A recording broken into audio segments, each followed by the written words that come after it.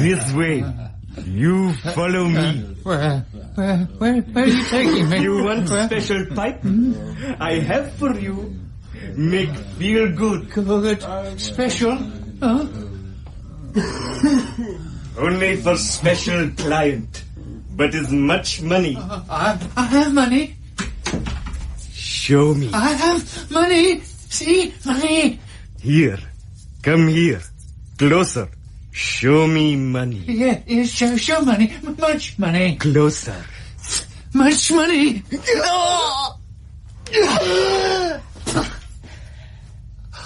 Much money.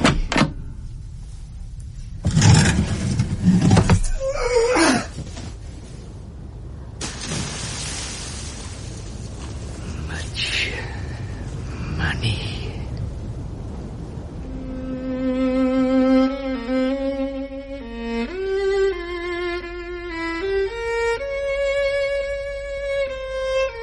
The Man with the Twisted Lip by Sir Arthur Conan Doyle. Dramatized for radio by Peter Mackie. With Clive Merrison as Sherlock Holmes and Michael Williams as Dr. John Watson. And featuring Robin Herford as Hugh Boone. The Man with the Twisted Lip.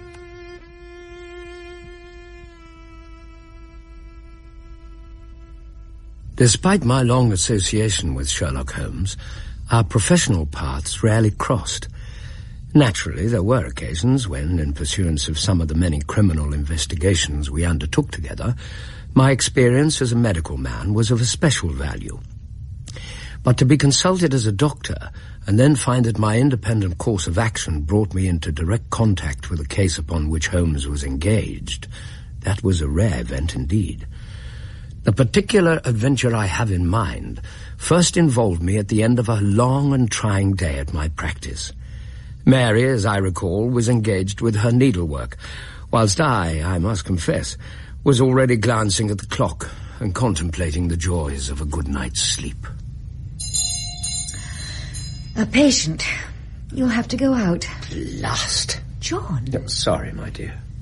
We heard the front door open, a few hurried words, and then quick steps upon the linoleum. Our own door flew open, and a lady, clad in some dark-coloured stuff, with a black veil, entered the room.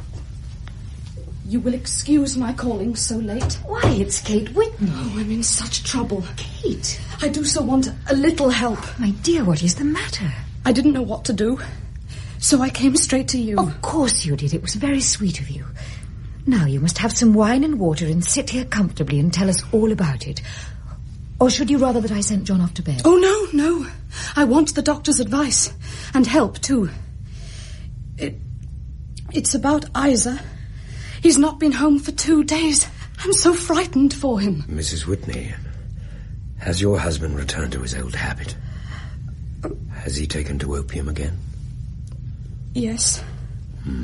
I feared he would. Oh, but he tried, Doctor. And I know he tried to keep it from me, too.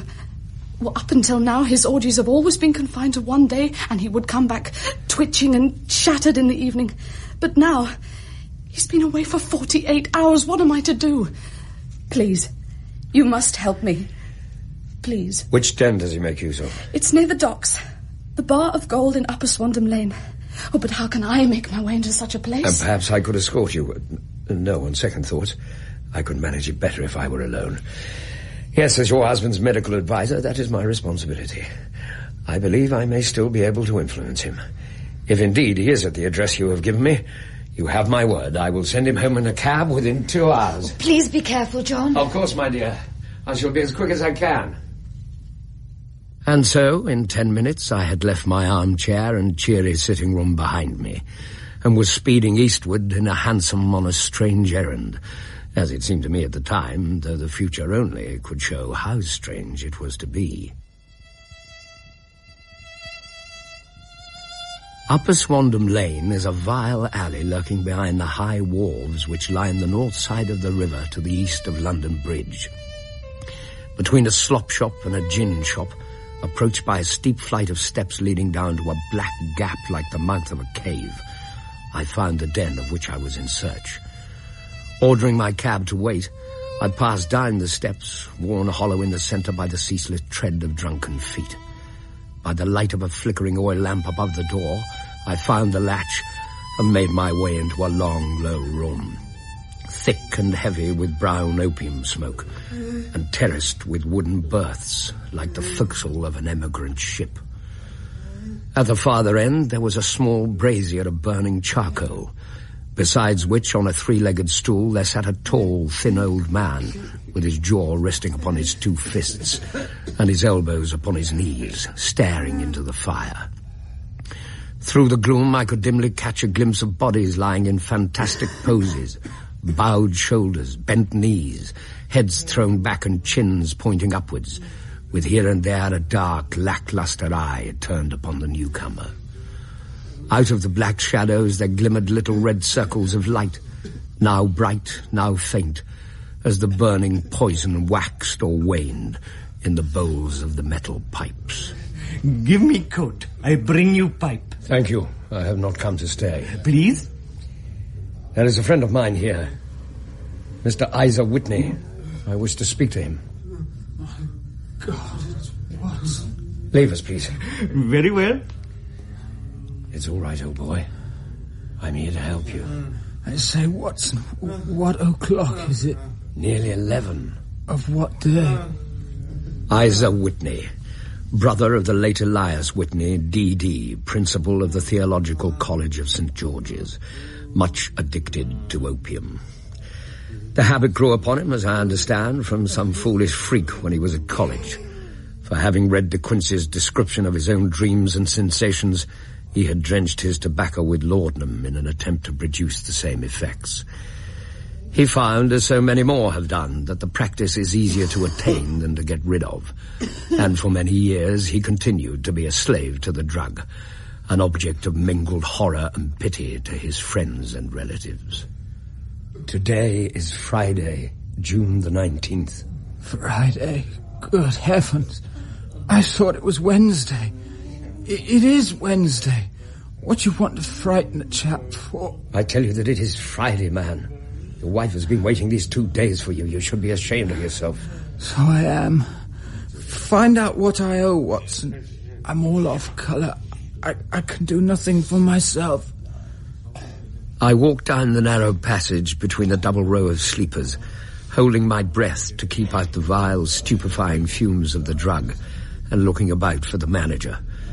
As I passed the tall man who sat by the brazier, I felt a sudden pluck at my coat tail. Walk past and then look back at me. The words could only have come from the old man at my side, and yet as I glanced down, he sat as absorbed as ever, very thin, very wrinkled, bent with age, an opium pipe dangling down from between his knees, as though it had dropped in sheer lassitude from his fingers. I took 2 steps forward and looked back. Good God! The old man had now turned his back so that none could see him but I. His form had filled out. His wrinkles were gone. The dull eyes had regained their fire. And there, sitting by the brazier and grinning at my surprise, was none other than Sherlock Holmes. Holmes? What on earth are you doing in this den? As low as you can. I have excellent ears. If you would have the great kindness to get rid of that sottish friend of yours, I should be exceedingly glad to have a little talk with you. I have a cab outside. And pray send him home in it. He's too limp to get into any mischief.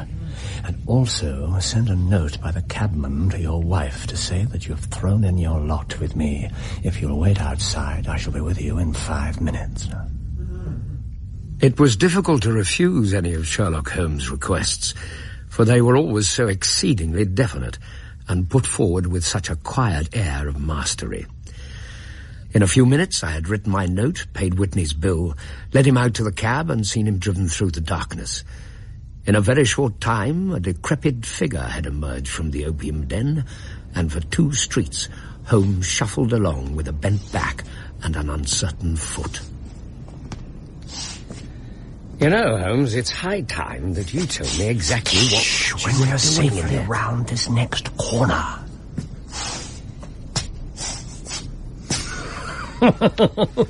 Oh, really, Holmes? I failed to find anything humorous in this situation. I suppose, Watson, that you imagine that I've added opium smoking to cocaine injections and all the other weaknesses on which you favoured me with your medical views. I was certainly surprised to find you in a place like that. But not more so than I to find you. I came to find a friend. And I to find an enemy. An enemy?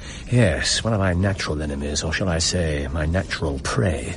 Watson, I'm in the midst of a very remarkable inquiry, and I've hoped to find a clue in the incoherent ramblings of these sorts, as I've done before now.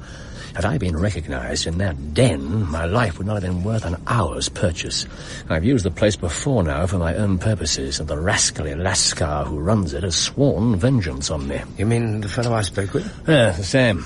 The trapdoor at the back of that building, near the corner of Paul's Wharf, which could tell some strange tales of what's passed through it upon moonless nights. You mean bodies? Oh, yes, bodies, Watson. We should be rich men if we had £1,000 for every poor devil who's been done to death in that den.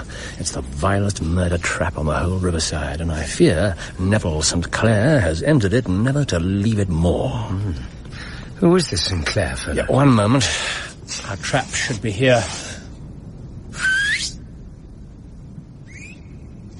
There he is. Now, Watson, you'll come with me, won't you? If I can be of any use. Oh, a trusty comrade is always of use, and a chronicler even more so. Where shall we be sleeping tonight? In my room at the Cedars. It's a double-bedded one. The Cedars? Mr. Sinclair's home. I'm staying there while I conduct the inquiry. Where is it then? Near Lee, in Kent. We have a 7-mile drive before us. Yes, but I'm all in the dark. Of course you are. Well, you'll know about it presently. All right, John. We'll be driving ourselves. Jump up, Watson. Up there. And we dashed away through the endless succession of sombre and deserted streets, which widened gradually until we were flying across a broad balustraded bridge with the murky river flowing sluggishly beneath us. A dull wrack was drifting slowly across the sky, and a star or two twinkled dimly here and there through the rifts of the clouds. Holmes drove in silence, with his head sunk upon his breast, and the air of a man who was lost in thought, while I sat beside him, curious to learn what this new quest might be, which seemed to tax his powers so sorely, and yet afraid to break in upon the current of his thoughts. We had driven several miles and were beginning to get to the fringe of the belt of suburban villas, when he shook himself, shrugged his shoulders, and lit up his pipe with the air of a man who has satisfied himself that he is acting for the best. You have a grand gift of silence, Watson. It makes you quite invaluable as a companion. Good of you to say so. It's a great thing for me to have someone to talk to, for my own thoughts are not over-pleasant. I was wondering what I should say to this dear little woman tonight when she meets me at the door. You'll forget that I still know nothing about it. And I shall just have time to tell you the facts of the case before we get to Lee. It seems absurdly simple, and yet somehow I can get nothing to go on. There's plenty of thread, no doubt, but I can't get the end of it into my hand. Now, I'll state the case clearly and concisely to you, Watson, and maybe you can see a spark where all is dark. Proceed, then. But some years ago, to be definite, in May 1884, there came to Lee a gentleman, Neville St. Clair by name, who appeared to have plenty of money. By degrees, he made friends in the neighborhood, and in 1887 he married the daughter of a local brewer, by whom he now has 2 children. He had no occupation, but was interested in several companies and went to town, as a rule, in the morning, returning by the 5:14 from Cannon Street every night.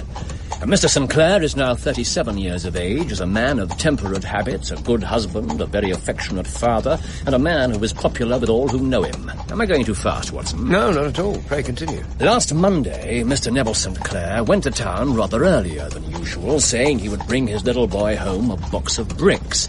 Now, by the merest chance, his wife received a telegram upon this same Monday to the effect that a small parcel of considerable value, which she'd been expecting, was waiting for her in the offices of the Aberdeen Shipping Company. Now, if you're well up in your London, you will know that the office of the company is in Fresno Street, which branches out of Upper Swandam Lane, where you found me tonight. So, Mrs. Sinclair had her lunch, started for the city, got her packet, and found herself at exactly 4:35 walking through Swandam Lane on her way back to the station. Not a pleasant neighbourhood for a lady. No, indeed. Now, if you remember, Monday was an exceedingly hot day, and Mrs. Sinclair walked slowly, glancing about in the hope of seeing a cab. Then she heard a cry. She was struck cold to see her husband looking down at her, and, as it seemed to her, beckoning to her from a second-floor window. The window was open, and she distinctly saw his face, which she describes as being terribly agitated. He waved his hands frantically to her, and then vanished from the window so suddenly that it seemed to her that he'd been plucked back by some irresistible force from behind. Extraordinary. One singular point which struck her quick feminine eye was that although he wore some dark coat, such as it started to town in, he had on neither collar nor necktie. Convinced there was something amiss with him, she hurried down the steps, for the house was none other than the opium den in which you found me tonight, and running through the front room, she attempted to ascend the stairs which led to the second floor. At the foot of the stairs, however, she met that Lascar scoundrel who thrust her back and pushed her out into the street. Filled with the most maddening doubts and fears, she rushed down the lane and, by rare good fortune, met in Fresno Street a number of constables with an inspector, all on their way to the beat. The inspector and two men accompanied her back, and in spite of the continued resistance of the proprietor, made their way to the room in which Mr. Sinclair had last been seen. And? Exactly what happened then, I would like you to hear from Mrs. Sinclair herself. We are almost at the house. Suffice it to say, at this stage, Neville Sinclair was nowhere to be seen. In fact, in the whole of that floor, there was no one to be found save a sinister cripple. His name is Hugh Boone, and his hideous face is one which is familiar to every man who goes much into the city. A professional beggar, and such a piteous spectacle that a small rain of charity descends into the greasy leather cap which lies upon the pavement beside him. His appearance, you see, is so remarkable that no one can pass without observing him. A shock of orange hair, a pale face disfigured by a horrible scar which, by its contraction, was turned up the outer edge of his upper lip, a bulldog chin and a pair of very penetrating dark eyes which present a singular contrast to the colour of his hair, all mark him out from amid the common crowd of mendicants. So, too, does his wit, for he is ever ready with a reply to any piece of chaff which may be thrown at him by the passers-by. This is the man whom we now learn to have been the lodger at the opium den, and to have been the last man to see the gentleman of whom we are in quest. Ah, here we are, the Cedars. Yes, and we're expected. There's still a light on. So what did this cripple have to say for himself? Both he and the Lascar stoutly swore that no one else had been in the front room during the afternoon. Obviously lying. Quite possibly, especially as traces of blood were to be seen on the windowsill and several scattered drops were visible upon the wooden floor of the bedroom. For the moment, Watson, just let me give you this thought. Whoa there! There is only one entrance to that house in Swandam Lane, and all the back windows look directly onto the river, which was at its height at the time. When the mud was revealed once more, however, the police inspector found not Mr. Neville St. Clair, but a coat identified as belonging to him. And do you know why that coat had not been dragged away by the fierce currents of an ebbing tide, Watson? Weighted in some way? Every pocket had been stuffed with coppers. 421 pennies and 270 halfpennies. They must assume that the body, being less encumbered, was sucked away into the river. Ah, the groom will take care of our horse. Shall we go in? Mrs. St. Clair, may I present my colleague, Dr. Watson? I'm delighted to see you. Madam? You will, I'm sure, forgive anything that may be wanting in our arrangements when you consider the blow which has come so suddenly upon us. My dear madam, I am an old campaigner. And if I were not, I can very well see that no apology is needed. Please, gentlemen, do take a seat. Thank you. Thank you. Now, Mr. Sherlock Holmes, I should very much like to ask you one or two plain questions to which I beg that you will give a plain answer. Certainly, madam. Do not trouble about my feelings. I am not hysterical nor given to fainting. I simply wish to hear your real opinion. Upon what point? In your heart of hearts, do you think Neville is alive? Frankly now. Frankly, I do not. You think that he is dead? I do. Murdered? I don't say that. Perhaps. And on what day did he meet his death? On Monday. Then perhaps, Mr. Holmes, you will be good enough to explain how it is that I've received a letter from him today. What? Yes, today. Well, may I see it? Certainly. Oh, thank you.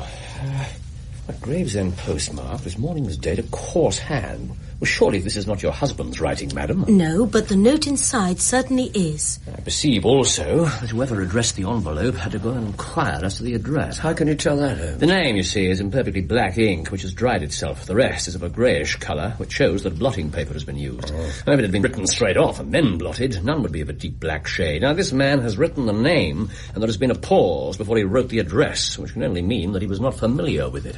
It is, of course, a trifle, but there is nothing so important as trifles. Now, let us now see the letter. Yes, there's been an enclosure here. Yes, there was a ring, his signet ring. Yes, I see. Dearest, do not be frightened. All will come well. There is a huge error which it may take some little time to rectify. Wait in patience. Neville. Yes. Written in pencil upon the flyleaf of a book, octavo size, no watermark.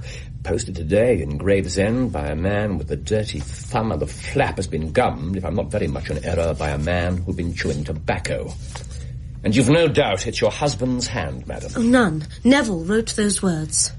Well, Mrs. Sinclair, the clouds lighten, though I should not venture to say that the danger is over. But he must be alive, Mr. Holmes. Unless this letter is a clever forgery to put us all on the wrong scent. The ring, after all, proves nothing. It may have been taken from him. No, it is his very own writing. Ah, very well. It may, however, have been written on Monday and only posted today. That is possible. Yes, and if so, much may have happened between. Oh, you must not discourage me, Mr. Holmes. I know that all is well with him. There is so keen a sympathy between us that I should know if evil came upon him. On the very day that I saw him last, he cut himself in the bedroom, and yet I, in the dining room, rushed upstairs instantly with the utmost certainty that something had happened. Do you think that I would respond to such a trifle and yet be ignorant of his death? I have seen too much not to know that the impression of a woman may be more valuable than the conclusion of an analytical reasoner. But if your husband is alive and able to write letters, why should he remain away from you? I cannot imagine. It is unthinkable. And on Monday he made no remarks before leaving you? No. And you were surprised to see him that afternoon at the window? Very much so. Had he ever spoken of Swandam Lane? Never. Had he ever showed signs of taking opium? Never. Yes, very well. Now, you say you thought he was pulled back from the window? He disappeared so suddenly. Yes, we might have leapt back. Could you see anyone else in the room? Not from the street. Mrs. Sinclair, please think carefully and then tell us precisely what happened from the moment you entered the second-floor room with the inspector and his men. Very well. As you will recall, several minutes had elapsed before I was able to secure the assistance of the police in Fresno Street and return with them to the house in Swandam Lane. Stay by the door, Auden. Very good, sir. Tompkins, search the other room. Sir. Now, who are you? I am owner of house. Then I want to talk to you. But you, I do know. What are you doing in here, Boone? I live here. Threadneedle Street, that's your pitch, isn't it? That's right. Well, how long you been back here, then? 20 minutes, thereabouts. This lady says she saw another man in here about 5 minutes ago, in the window there. Been no one here but me and the landlord. What do you say to that? It is truth. I see. Mrs. Sinclair, you sure it was this window? Perfectly sure. And sorry to have to ask you this, madam. It was your husband you saw. Of course, I should know. This is the second floor, Mrs. Sinclair. Can you be sure of that? I'm his wife, Inspector. Quite. Well, Boone, you've heard what the lady said. I live here. I should know. There's been no other party here. Just me and him. He's lying. Neville was here. I know it. All right, Mr. Sinclair. I'll take a look around. What's in this cupboard, Boone? A few bits and pieces. Not much. Let's take a look, shall we? A few bits and pieces, eh? Well, I wouldn't have thought children's toys was in your line of business. What do you mean? I suppose you're going to tell me you've never seen these building bricks before. Neville said he... Yes, Mrs. Sinclair? My husband said he would buy a present for our little boy today. He has been here. I've never seen them before, I tell you. In here, Inspector. Bring him along, Warden. Right, sir. I've done nothing, I tell you. That's enough You ain't got of that, no... What is it, Tompkins? Find these behind the curtain there, sir. Boots, socks, hat, watch. Mrs. Sinclair? Yes. They are my husband's. Are you all right, madam? You better Neville, sit down. I should be all right, Inspector. All right, Bill. What do you know about this? Nothing. Oh, I swear, I've never seen those clothes before. Did you open this window, Tompkins? No, sir. Let's have a look then. River's high. Come here, Bill. I said here. What's this then? Where? On the sill there. Blood. It's mine. See? Oh, my hand. I cut myself So earlier. you have. But who's to say that's your blood on the window? Who's to say it's not from Mr. Neville Sinclair? After you cut his throat and pushed his body into the river. No. You Boone, I arrest you for the murder of Neville Sinclair. But I'm innocent, I tell you. I've never seen this thing. Take him down the station. No, it's a mistake. He was never here. That's enough from you. Yeah, and I want to see you again later. I'm not going away, sir. Just make sure you don't. I'm innocent, I tell you, innocent. At that moment, then, you believed your husband dead? Yes. You know what agony and grief these last few days have held for me, Mr. Holmes. But today, this letter, the relief of knowing he is alive. But not where he might be. Neville has good reason for keeping that from me, Mr. Holmes. For the moment, it is enough to know he will return to his family. He has asked me to be patient, and I will. And now, if you will excuse me, Mr. Holmes, it has been a long day. Of course. My apologies for keeping you up so late. Your supper has been laid out in the dining room. Oh, that'll be most welcome.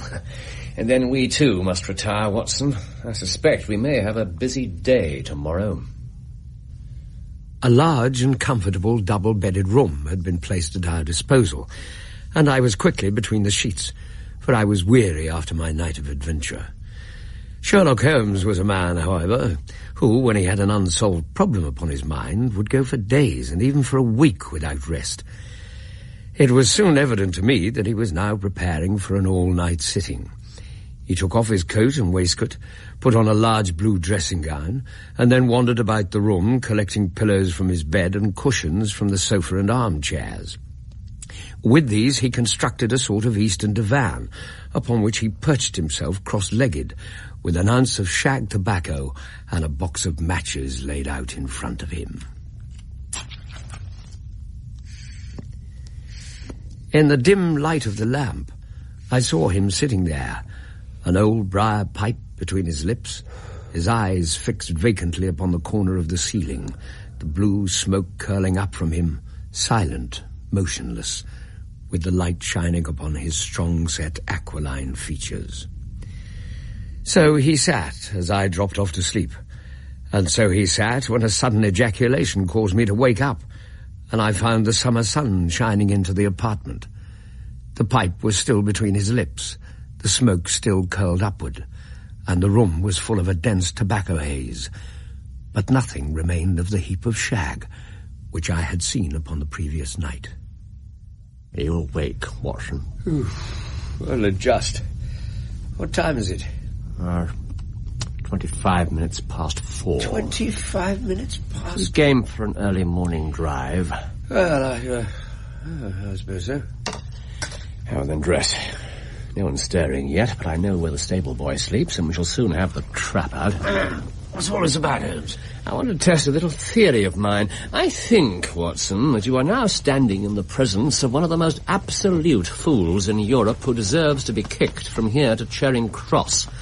I confess that I have been as blind as a mole, but it's better to learn wisdom late than never to learn it at all. I think I have the key of the affair now. And where is he? In the bathroom. Oh, come, Holmes, it's too early. I'm not joking. I've just been there. I've taken it out, and I've got it in the Gladstone bag. Come on, old boy, and we shall see whether it will fit the lock.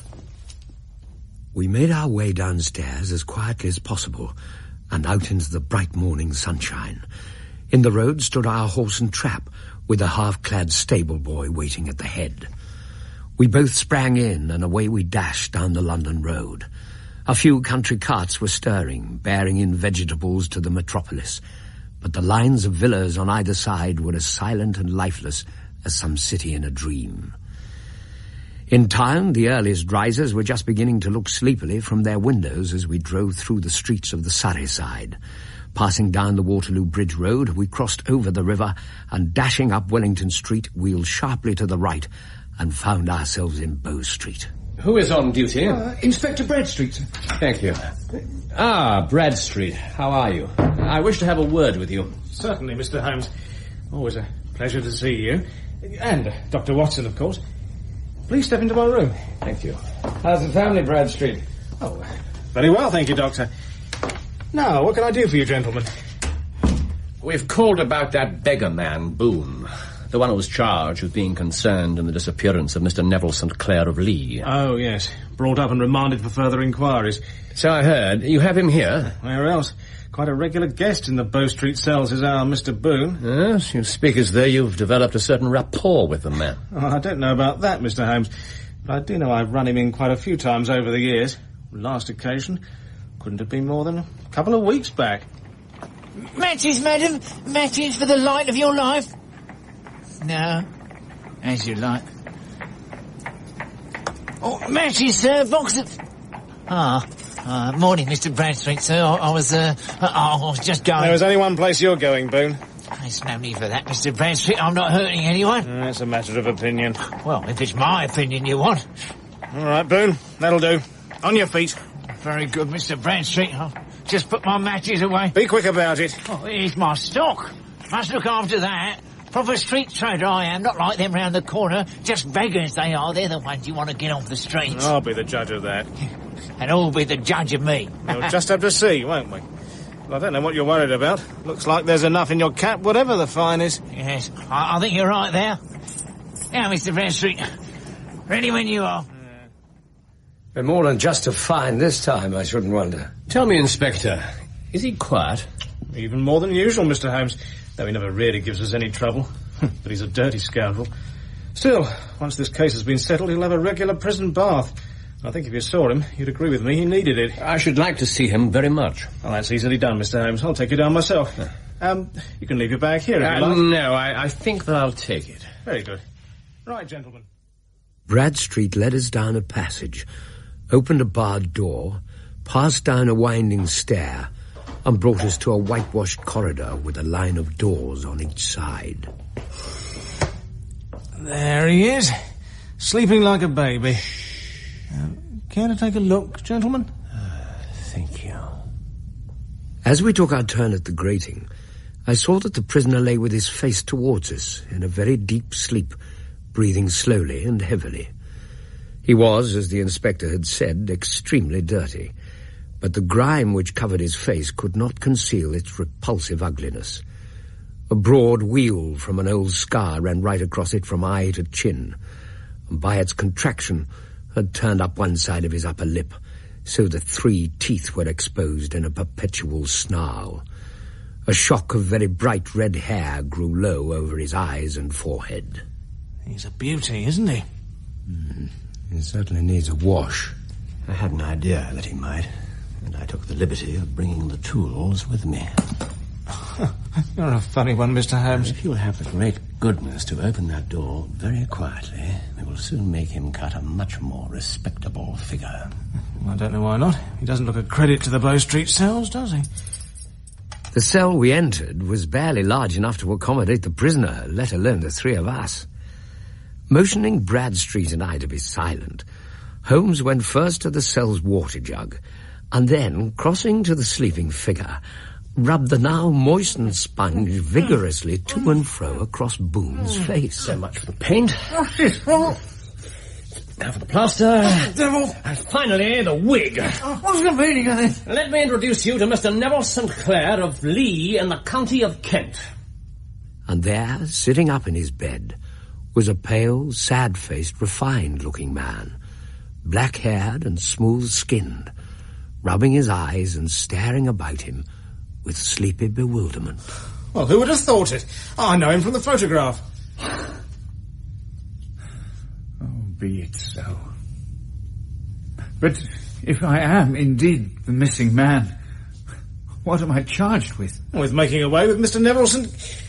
Oh, you can't be charged with that unless they make a case of attempted suicide of it. and I've been 27 years in the force, but this really takes the cake. If I am Mr. Neville St. Clair, then it is obvious that no crime has been committed and that, therefore, I am illegally detained. No crime, but a very great error. You would have done better to have trusted your wife. It was not my wife. It was the children. God help me, I would not have them ashamed of their father. My God. What an exposure. What can I do? Calm yourself. We will find a solution. If you leave it to a court of law to clear the matter up, of course you can hardly avoid publicity. On the other hand, if you convince the police authorities that there's no possible case against you, I don't know that there's any reason that the details should find their way into the papers. God bless you. I would have endured imprisonment, aye, even execution, rather than have left my miserable secret as a family blot to my children. Might I suggest, Mr. St. Clair, that you now tell us the circumstances that brought you into this predicament? Of course. You are the first who has ever heard my story. Perhaps we should hear it in my office. After all, Mr. St. Clair, we can hardly consider you a prisoner any longer, can we? This way, if you please.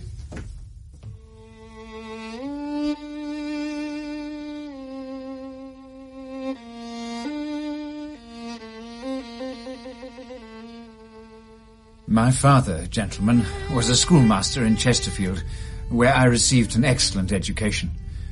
I travelled in my youth, took to the stage, and finally became a reporter for one of the London evening papers. One day, my editor wanted a series of articles upon begging in the metropolis, and I volunteered to supply them. I decided it was only by trying begging as an amateur that I could get the facts upon which to base my articles. When an actor, I had, of course, learned all the secrets of making up. I took advantage now of my attainments and painted my face. And, to make myself look as pitiable as possible, I made a good scar and fixed one side of my lip in a twist by the aid of a small slip of flesh-coloured plaster. Then, with a red head of hair and an appropriate dress, I took my station in the business part of the city. For 7 hours I plied my trade, and when I returned home in the evening, I found to my surprise that I had received no less than 26 shillings and fourpence. Just for sitting on your backside all day. Please continue, Mr. St. Clair. I wrote my articles and thought little more of the matter until, some time later, I backed a bill for a friend and had a writ served on me for £25. I was at my wit's end where to get the money. But a sudden idea came to me. I obtained a fortnight's grace from the creditor, asked for a holiday from my employers, and spent the time in begging in the city under my disguise. In 10 days I had the money and had paid the debt. Well, you can imagine how hard it was to settle down to arduous work at £2 a week when I knew that I could earn as much in a day by smearing my face with a little paint, laying my cap on the ground and sitting still. I tell you, gentlemen, it was a long fight between my pride and the money. But the money won at last, eh? To my shame. Only one man knew my secret. The Lascar who keeps the opium den in Swandam Lane. He also gave me the use of 2 second-floor rooms, though I had to pay him well to keep my secret safe. 6, 19 and 6, £4. There you are. Thank you, Mr... Boone. Hugh Boone. Of course. But Mr. Boone is not enough. How do you mean? You give £5 now, please. No, it's too much. No. Not too much. Not for Mr. Boone. Mr. Boone gets much money. I paid, of course. And so I continued to emerge every morning as the squalid beggar, and in the evenings transform myself into the well-dressed man about town. Very soon I found that I was saving considerable sums of money. I do not mean that any beggar in the streets of London could earn £700 a year, which is less than my average takings, but I had exceptional advantages in my power of making up, and also in a facility in repartee, which improved by practice and made me quite a recognizable character in the city. All day a stream of pennies, varied by silver, poured in upon me, and it was a very bad day I failed to take £2. As I grew richer, I grew more ambitious. Took a house in the country and eventually married without anyone having a suspicion as to my real occupation. My dear wife knew that I had business in the city, but she little knew what. You fooled us all, Mr. St. Clair. I should think even the Commissioner might have dropped a few shillings in your cap over the years. Very probably. Well, last Monday, I had finished for the day and was dressing in my room above the opium den when I looked out of my window and saw, to my horror and astonishment, that my wife was standing in the street, with her eyes fixed full upon me. I gave a cry of surprise, threw up my arms to cover my face, and rushing to my confidant, the Lascar, entreated him to prevent anyone from coming up to me. I threw off my clothes, pulled on those of a beggar, and put on my pigments and wig. Even a wife's eyes could not pierce so complete a disguise. But then it occurred to me that there might be a search in the room, and that the clothes might betray me. I threw open the window, reopening by my violence a small cut which I had inflicted upon myself in the bedroom that morning. Then I seized my coat, which was weighted by the coppers which I had just transferred to it from the leather bag in which I carried my takings. I hurled it out of the window, and it disappeared into the Thames. The other clothes would have followed, but at that moment there was a rush of constables up the stair, and a few moments after I found, rather I confess to my relief, that instead of being identified as Mr. Neville St. Clair, I was arrested as his murderer. Well, gentlemen, I do not know there is anything else for me to explain. I was determined to preserve my disguise as long as possible, and hence my preference for a dirty face. Knowing that my wife would be terribly anxious, I slipped off my ring and confided it to the Lascar at a moment when no constable was watching me, together with a hurried scrawl telling her that she had no cause to fear. That note only reached her yesterday. Good God. What a week she must have spent. We've been keeping a watch on that Lascar, so it would have been difficult for him to post a letter unobserved. Probably handed it to one of his sailor customers who forgot all about it for some days. That was it. I've no doubt of it. Mr. St. Clair, this begging must stop. If we are to hush this thing up, there must be no more of Hugh Boone. I have sworn it by the most solemn oath which a man can take. In that case, I think it's probable that no further steps may be taken. But if you're found again, then all must come out. I understand. Then all that remains to say is we're very much indebted to you, Mr. Holmes, for having cleared the matter up. Though I wish I knew how you reached your result. I reached this one by sitting on 5 pillows and consuming an ounce of shag. Watson, I feel there is just one more matter we must attend to before we can say this particular adventure has been brought to a satisfactory conclusion. Now, you mean we should let Mrs. St. Clair know all is well? I think we can safely leave that to her husband. Of course. I was thinking more along the lines that if we drive with all possible haste to Baker Street, I believe we shall just be in time for breakfast. Good day, gentlemen.